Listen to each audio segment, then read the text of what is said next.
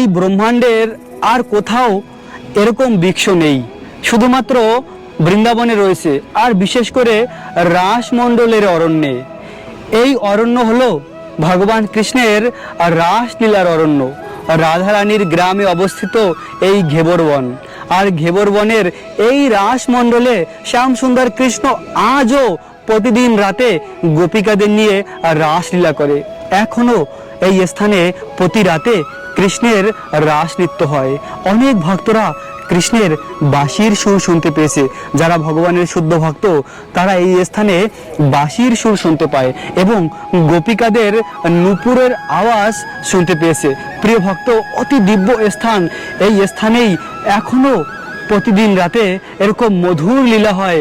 কৃষ্ণ তার প্রিয় গোপিকাদের সঙ্গে এই অরণ্যে রাস নৃত্য করেছে, আর এখনো রয়েছে এই সুন্দর স্থানটি।